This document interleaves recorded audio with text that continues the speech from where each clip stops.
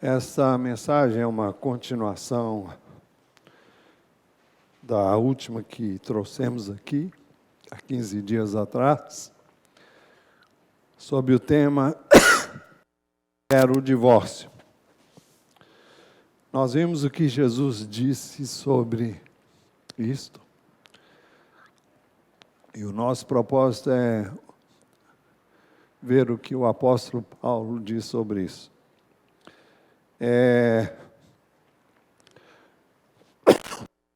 O título da mensagem tem a ver com o fato de eu ter ouvido de uma pessoa há algum tempo que ela queria divorciar-se. Eu disse isso há 15 dias atrás. Então, há 15 dias nós trouxemos este assunto à luz do ensino de Jesus em Mateus 19, 3 e 12, e Mateus 5, 31, 32. Na realidade, hoje nós não falaremos propriamente sobre o divórcio, mas daquilo que muitas vezes leva as pessoas a desejarem divorciar-se uma da outra. Não, o que vamos abordar aqui não significa que tudo se resume no que vamos dizer aqui. Existem muitas outras coisas que podem levar as pessoas a desejarem se divorciar. Normalmente são coisas... Bom, nós vamos tratar ao longo da mensagem. Depois disso, nós abordaremos o que o apóstolo Paulo diz então sobre o divórcio, mas não vai ser hoje. O apóstolo confirma o ensino de Jesus e aborda questões que Jesus não abordou. Agora você vai perguntar, por que Jesus não abordou? Porque Jesus trouxe o assunto, abordou o assunto, respondendo a perguntas específicas que foram feitas a ele acerca deste assunto. E Jesus respondeu praticamente duas perguntas.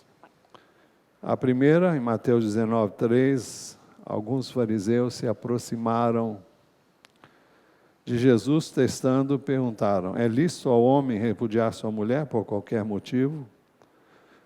Então Jesus respondeu: vocês não leram que o Criador desde o princípio os fez homem e mulher, e que disse: por isso o homem deixará o seu pai e a sua mãe, e se unirá à sua mulher, tornando-se os dois uma só carne, de modo que já não são mais dois, porém uma só carne. Portanto, que ninguém separe o que Deus ajuntou. Então, Jesus é muito claro, ele não é a favor do divórcio, e a não ser em caso de adultério. A segunda pergunta que eles fizeram em função da resposta da primeira foi: então, por que Moisés ordenou dar uma carta de divórcio e repudiar a mulher? Jesus respondeu: foi por causa da dureza do coração de vocês que Moisés permitiu que vocês repudiassem a mulher, mas não foi assim desde o princípio. Eu, porém, lhes digo: quem repudiar a sua mulher, não sendo por causa de relações sexuais ilícitas e casar-se com outra, comete adultério. Foram essas duas perguntas que Jesus respondeu. Não vamos tratar porque o assunto já foi tratado. Se você quer ouvir, veja a mensagem, que está disponível na internet, no canal Preciosidades Bíblicas. No capítulo 7 da primeira epístola aos Coríntios, o apóstolo responde várias perguntas que lhe fizeram acerca do casamento. A questão do divórcio é abordada a partir do verso 10, mas nós não vamos chegar lá não. Mas achei prudente vermos hoje o que ele disse antes de tratar da questão do divórcio, para uma melhor compreensão do contexto em que o assunto é colocado. Como já dissemos, os coríntios haviam escrito ao apóstolo Paulo, fazendo várias perguntas sobre o casamento. Vejam, os fariseus se aproximaram de Jesus e fizeram uma pergunta sobre o divórcio. Aqui são os crentes de Corinto, na ausência do apóstolo Paulo, escreveram para ele fazendo perguntas sobre o casamento. Se você quer saber quais perguntas, eu não sei, porque elas não foram registradas. Mas o apóstolo escreveu, 1 Coríntios 7, 1, a primeira parte. O apóstolo escreveu de volta, quanto ao que vocês me escreveram, então ele está respondendo a perguntas que foram feitas a ele acerca do casamento. Primeiro, ele diz, é bom que o homem não toque em mulher. É uma forma de dizer que seria bom que os homens não se casassem. Mas ele continuou. Digo que, por causa da imoralidade, cada homem tenha a sua esposa e cada mulher tem o seu próprio marido. Então, qual é o entendimento dele? Seria bom que o homem não casasse, pelas razões que ainda vamos ver aqui. Mas, por causa da imoralidade, o casamento é uma necessidade, embora não de todos, mas para evitar isso, então, é importante que cada um tenha a sua própria esposa e a esposa tenha o seu próprio marido. Um dos propósitos do casamento, que foi instituído por Deus desde o princípio, é constituir uma família piedosa.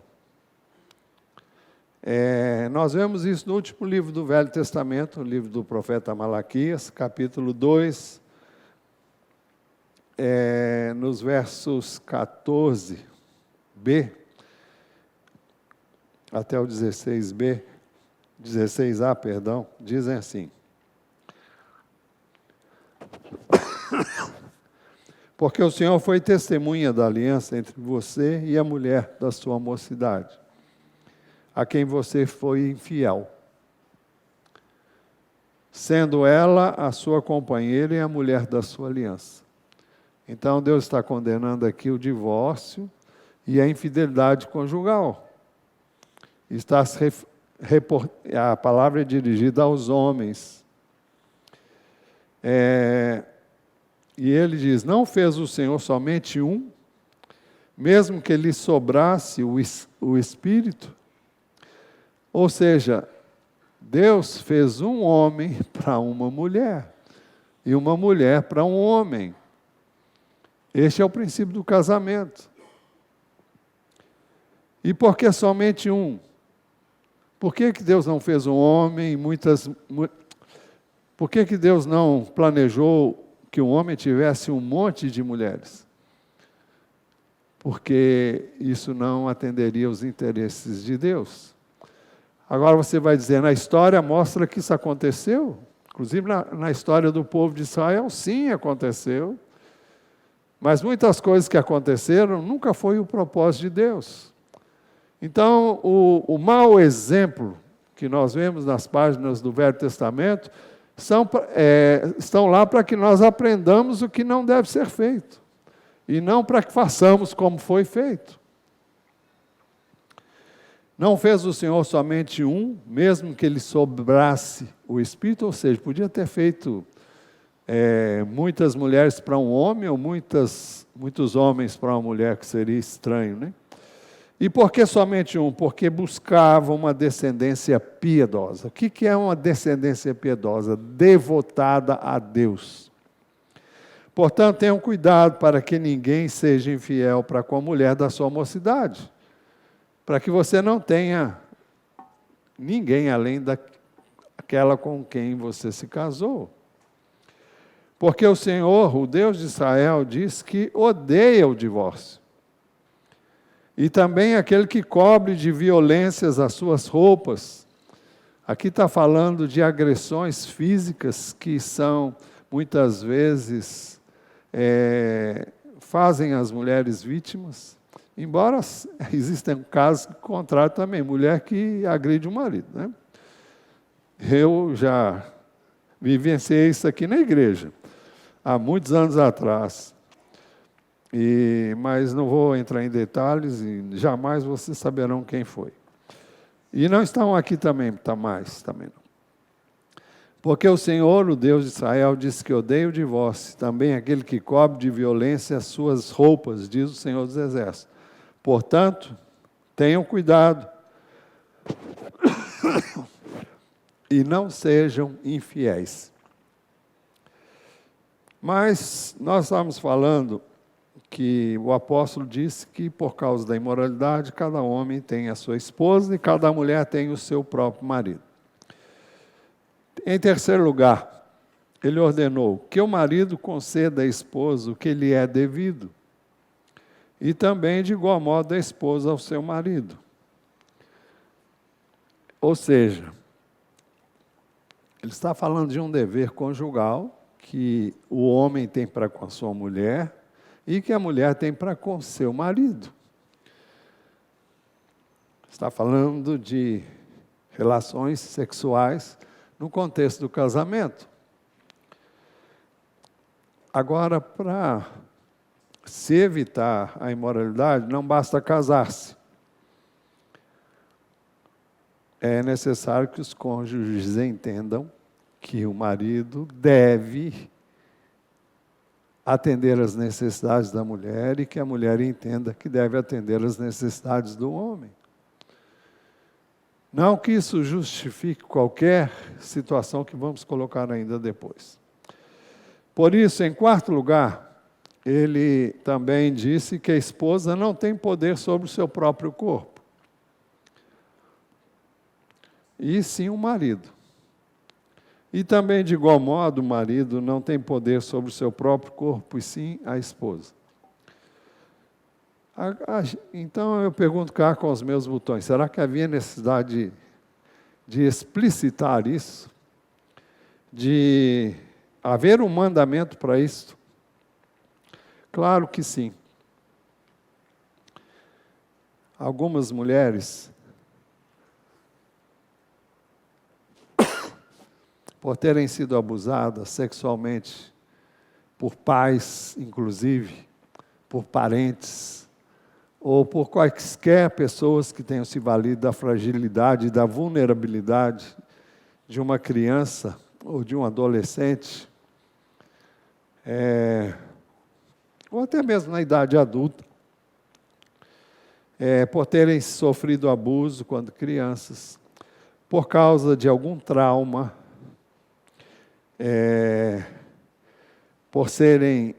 esse trauma pode ser até na própria noite de núpcias, dependendo da maneira como a relação conjugal se dá no primeiro dia, ou por serem indiferentes ao sexo, por não terem prazer no ato conjugal, por não amarem seus maridos,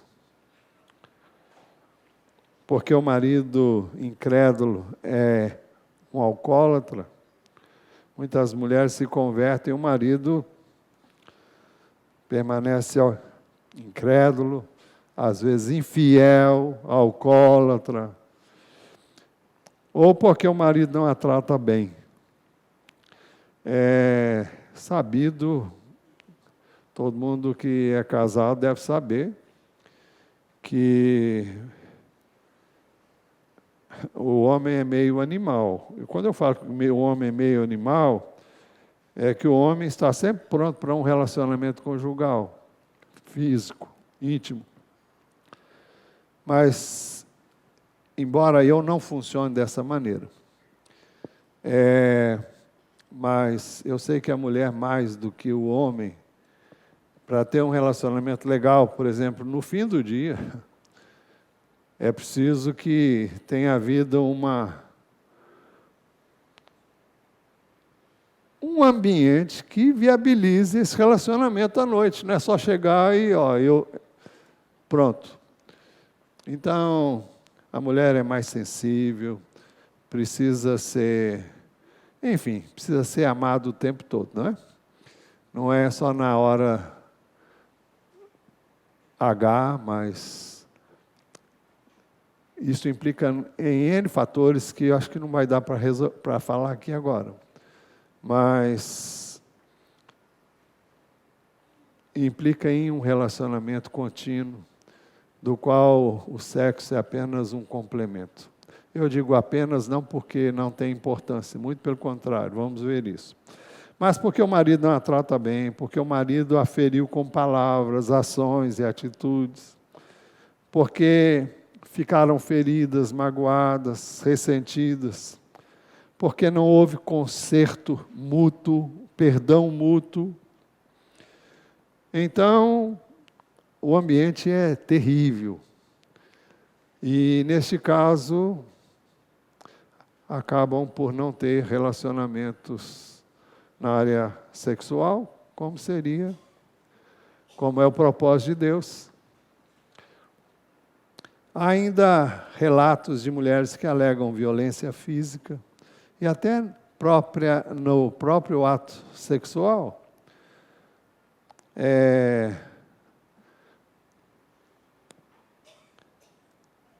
Existem também maus tratos verbais, pressões financeiras e psicológicas. Por outro lado, alguns maridos, por causa de feridas também de alma, por questões não tratadas nem resolvidas entre o casal, por trabalho excessivo, porque ressentidos, escolheram não amar suas mulheres. Não houve diálogo, não há diálogo, ou por algum problema fisiológico. Então, não tem relacionamento com a sua mulher. O resultado disso, os cônjuges ficam expostos à imoralidade. Eu não estou dizendo que justifique, não. Na realidade, as questões precisam ser resolvidas. Mas, quando isso não é tratado, quando a sujeira é colocada debaixo do tapete, quando as questões que ferem e machucam não são resolvidas, então não há clima para um relacionamento íntimo como deveria acontecer. As pessoas ficam expostas à imoralidade, ao pecado, ao adultério, ao sexo ilícito, ao homossexualismo, ao lesbianismo. Muitas mulheres, porque tiveram uma experiência ruim no relacionamento com o sexo oposto, então escolheram uma via que a palavra de Deus não aprova, né? É buscar a solução com as suas próprias mãos. Bem, sexo no casamento não é a coisa mais importante, mas não pode faltar.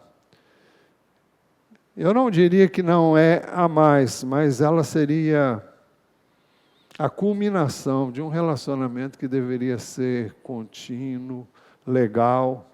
Não que não haja problemas entre os casais.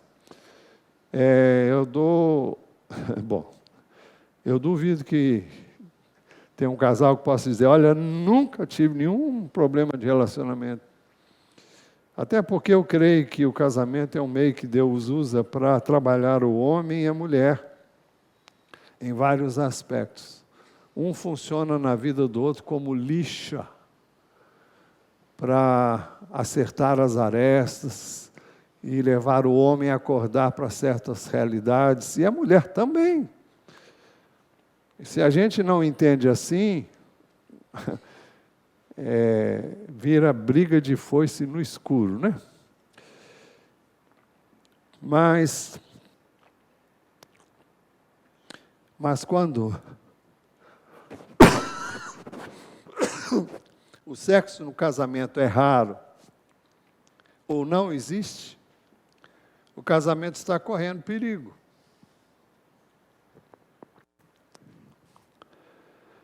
Há mulheres que se recusam a entregar-se a seus maridos e há maridos que recusam estar com as suas mulheres para o ato íntimo. Por isso, em quinto lugar, ele ordena aos cônjuges: não se privem um ao outro. Esse mandamento não inclui perversão sexual. Eu não vou privar o meu cônjuge, mas eu quero assim, eu quero assado. Tem muitos casais que buscam incrementar a relação íntima com pornografia. Essa semana alguém compartilhou comigo e foi um encorajamento para eu trazer o assunto assim tão claro, sobre perguntas que foram feitas nas células quanto a um termo que eu nem conhecia. É isso mesmo? Voyeurismo, né? O dicionário define isso como uma psicopatia, referente à pessoa que experimenta prazer sexual ao ver estímulos sexuais, objetos associados à sexualidade, ou o próprio ato sexual praticado por outros. São as pessoas que gostam de ver. Isso é pornografia, da mesma maneira. Existe também o termo swing. Pode ser definido como uma prática em que casais heterossexuais estáveis mantêm relações sexuais com outros casais ou com pessoas solteiras na companhia e com consentimento do outro. Então, é uma mistureba consensual. Isso é imoralidade. Isso é tão grave quanto a pornografia. E também o sexo anal, porque é contrário à natureza humana, como ainda vamos ver mais na frente. Tudo isso pode ser definido como pornografia, como perversão sexual. E se a mulher é casada com um incrédulo, isso fica mais complicado, porque na cabeça dele ele não entende assim. Mas eu sei também de muitas pessoas que se dizem crentes e que gostam dessas coisas.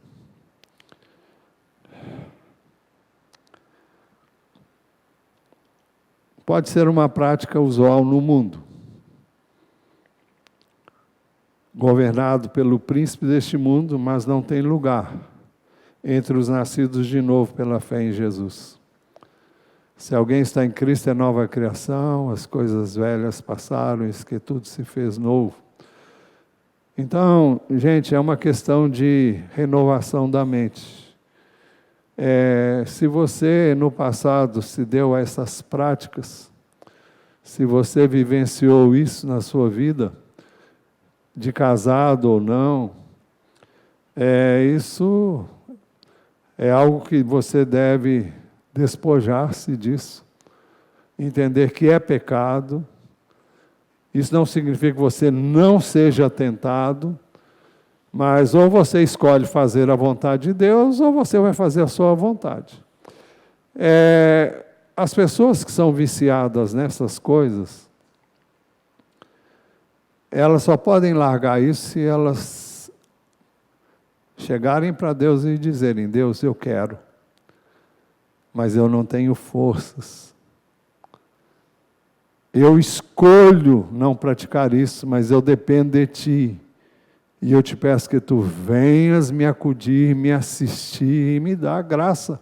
E Ele vai dar, com certeza. Deus não manda que eu faça uma coisa, que você faça algo para o qual Ele não tenha capacitado você. Para isso que você tem o Espírito de Deus. Graça não é só perdão. Graça é poder do Espírito para viver a palavra de Deus. Não significa que você não seja tentado, que você não seja assediado por 1000 pensamentos que o inimigo gosta de trazer.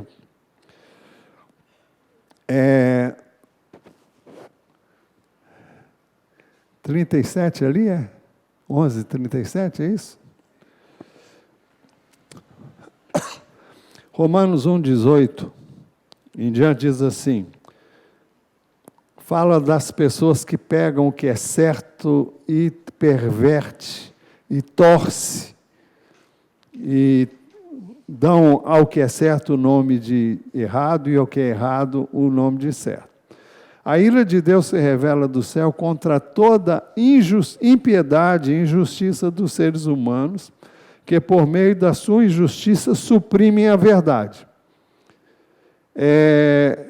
Pela prática da injustiça, eles cerceiam, eles anulam a verdade. E a verdade é o que Deus diz. Pois o que se pode conhecer a respeito de Deus é manifesto entre eles, porque Deus lhes manifestou. Porque os atributos invisíveis de Deus, isso é, o seu eterno poder e a sua divindade, claramente se reconhecem desde a criação do mundo, sendo percebidos por meio das coisas que Deus fez. Por isso os seres humanos são indesculpáveis. Porque, tendo conhecimento de Deus, não glorificaram como Deus, nem lhe deram graças. Pelo contrário, se tornaram nulos em seus próprios raciocínios. E o coração insensato deles se obscureceu. Dizendo que eram sábios, se tornaram tolos. E trocaram a glória do Deus incorruptível por imagens semelhantes ao ser humano corruptível, às aves, aos quadrúpedes e aos répteis. É uma referência à idolatria. E o que tem idolatria a ver com sexo? Tem tudo. Por que é que as pessoas adoram um ídolo? Porque o ídolo não fala nada. O ídolo não é nada. E o ídolo nunca diz para elas que elas estão erradas. Tem boca, mas não falam. Tem ouvidos, mas não ouvem. Tem nariz, mas não cheiram, como diz a palavra de Deus. Então, tudo pode. O ídolo não tolhe você em nada.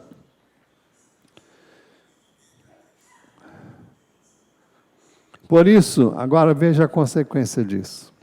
Por isso Deus os entregou à impureza. E olha, ídolo não é só o ídolo imagem, não. Ídolo é quando você idolatra algo, uma pessoa, uma prática, um vício. Isso é o seu ídolo.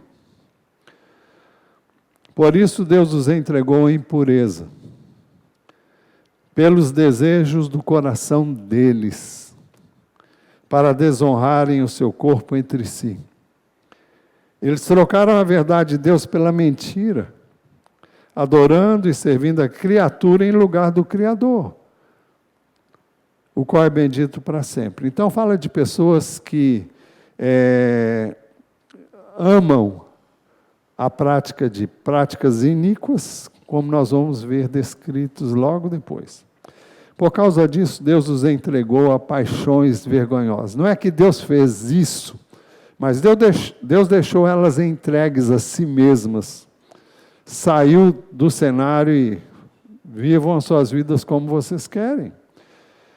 Deus os entregou a paixões vergonhosas, porque até as mulheres trocaram o modo natural das relações íntimas por outro, contrário à natureza. Da mesma forma, os homens, deixando o contato natural da mulher, se inflamaram mutuamente em sua sensualidade, cometendo indecência, homens com homens, e recebendo em si mesmo a merecida punição do seu erro.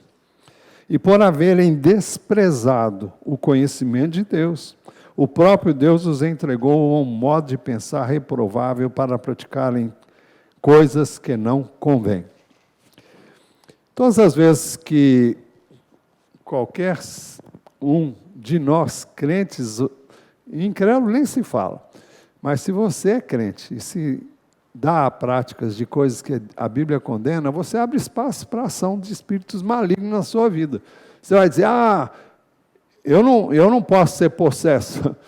Olha, o inimigo trabalha a ponto de... Aí entram as fortalezas. É por isso que nós oramos pedindo destruição das fortalezas. Fortalezas são lugares na sua mente em que você constrói ideias que são contrárias à vontade de Deus. E isso aí é o lugar que o inimigo tem na sua vida. E se você não for liberto disso, através de uma escolha, de uma oração, você é prisioneiro do inimigo. Voltando ao texto que estamos examinando, devido à gravidade do fato, a importância do assunto,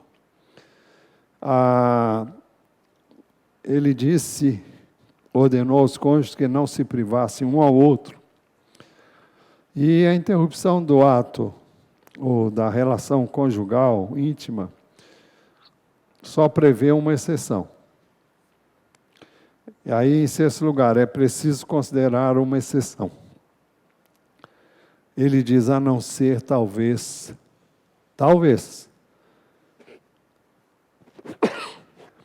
por mútuo consentimento, quando houver acordo, olha, por algum tempo, e ele diz para se dedicarem à oração. Quando o homem ou a mulher fala, olha, eu quero um tempo de jejum e oração. E então o homem vai saber que não vai buscar a sua esposa naquele momento. Tem que haver mútuo consentimento, mútuo acordo, e tanto da parte de um quanto do outro, para que ninguém cobre algo que não foi acordado. Então, a não ser por mútuo consentimento, por algum tempo, para se dedicarem à oração.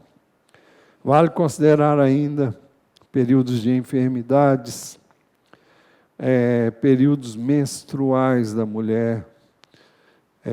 Hoje,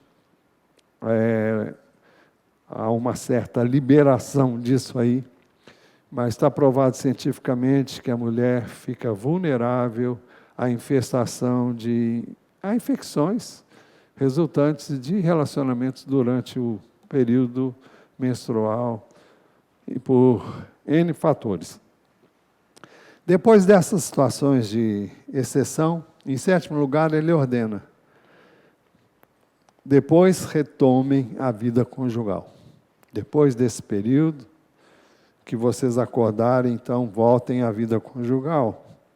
Isso tem uma razão de ser. Ele adverte, para que Satanás não tente vocês por não terem domínio próprio.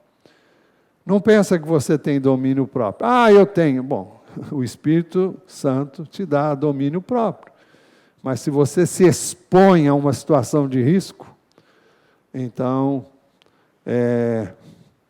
você e seu cônjuge estão correndo esse risco. Em nono lugar, ele afirma ele vai dizer não é um mandamento, mas uma concessão. Digo isso como concessão e não como mandamento. A que ele se refere ao assunto que ele iniciou nesse capítulo. E em décimo lugar ele diz, gostaria que todos os homens fossem como eu. E seria o caso de perguntar o que o apóstolo Paulo era. Ele era casado, ele era solteiro, ele era viúva. Não sabemos exatamente. Uma coisa sabemos, ele não estava casado. Nesse mesmo capítulo, nós não vamos abordar isso em outra ocasião, pelo menos não é nosso propósito. No verso 26 e 28 ele diz, por causa da angustiosa situação presente, penso ser bom para o homem permanecer assim como está. Você tem esposa? Não procure separar-se. Você está solteiro? Não procure esposa. Mas se você se casar, não estará pecando. E também, se a virgem se casar, não estará pecando. Assim, ainda assim, tais pessoas sofrerão angústias na carne. Eu gostaria de poupar vocês disso. Ele está se referindo a situações que ocorrem num relacionamento conjugal, que trazem muitas vezes angústia, aflição, dor. Todo relacionamento traz isso. Você não casa para fazer a sua vontade só. Você, quando casa, você tem que abrir mão de certas coisas e o seu cônjuge também. Isso traz sofrimentos, às vezes traz contrariedade, traz conflitos que devem ser resolvidos, mas traz. Depois, no verso 32 a 35, ele diz: o que eu realmente quero é que vocês fiquem livres de preocupações. Quem não é casado cuida das coisas do Senhor, de como agradar ao Senhor. Mas o que se casou cuida das coisas do mundo, de como agradar a esposa. E assim está dividido. Também a mulher, tanto a viúva como a virgem, cuida das coisas do Senhor, para ser santa, assim como no corpo como no espírito. Mas a mulher casada se preocupa com as coisas do mundo, de como agradar ao marido. Tem algo errado nisso? Não. Mas ele está dizendo o que ele pensa. E ele diz que não é um mandamento, é só a opinião dele. Digo isso para o próprio bem de vocês, não para impor limitações, mas tendo em vista o que é decente, para que vocês possam se consagrar ao Senhor sem distração alguma. Ou seja, para que vocês possam se dedicar inteiramente ao Senhor. Mas, em 11º lugar, ele admite: no entanto, cada um tem de Deus o seu próprio dom. Um, na verdade, um modo ou de outro. Eu não teria esse dom de ficar solteiro. Nunca tive. E um tem um dom, outro tem outro. E, no entanto, cada um tem de Deus o seu próprio dom. Um, na verdade, de um modo, outro de outro. Quando Jesus terminou o seu ensino sobre o divórcio, em Mateus 19,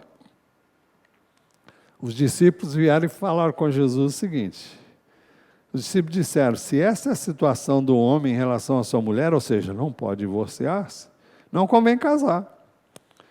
Jesus, porém, lhes respondeu: nem todos são aptos para aceitar este ensinamento, mas apenas a quem isto é dado. Mas apenas aqueles a quem isso é dado. É um dom. Porque há eunucos de nascença. Ou seja, pessoas que nasceram sem condição de procriar ou mesmo relacionar-se fisicamente com o sexo oposto. Há outros a quem os homens fizeram tais. Naquela época havia castração de eunucos para servirem nos haréns. E há outros que se fizeram eunucos por causa do reino dos céus. Eu creio que é o caso do apóstolo Paulo. E ele diz: quem é apto para aceitar isso, que aceite. Foi o caso de Jesus e foi o caso do apóstolo Paulo. Todavia, em 12º lugar, ele volta a insistir: e aos solteiros e às viúvas, digo que lhes seria bom se permanecessem no estado em que também eu vivo.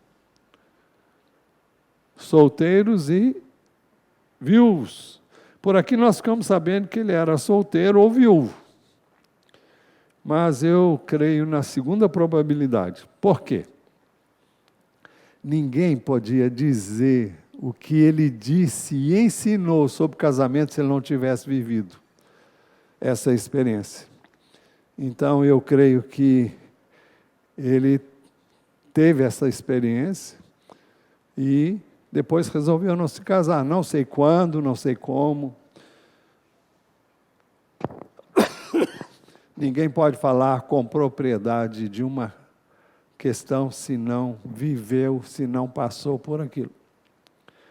Mas em 13º e último lugar, finalmente ele adverte: mas se não conseguem se dominar, que se casem, porque é melhor casar do que arder de desejo.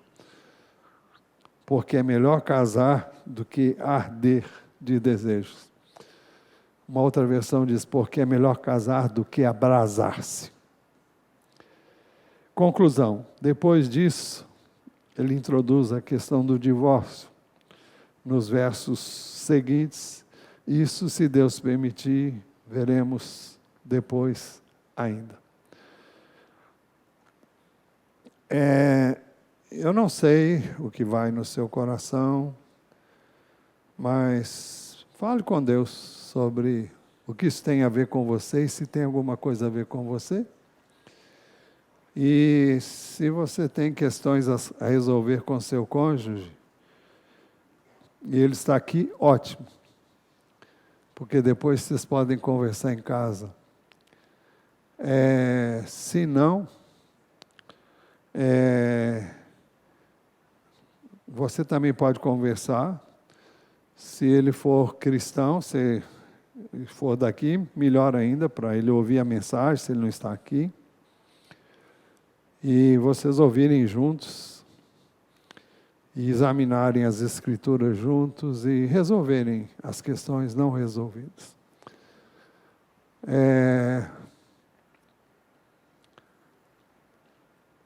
Quanto a mim, como pastor, eu estou pronto a ajudar no que for possível a quem me procurar com esse propósito.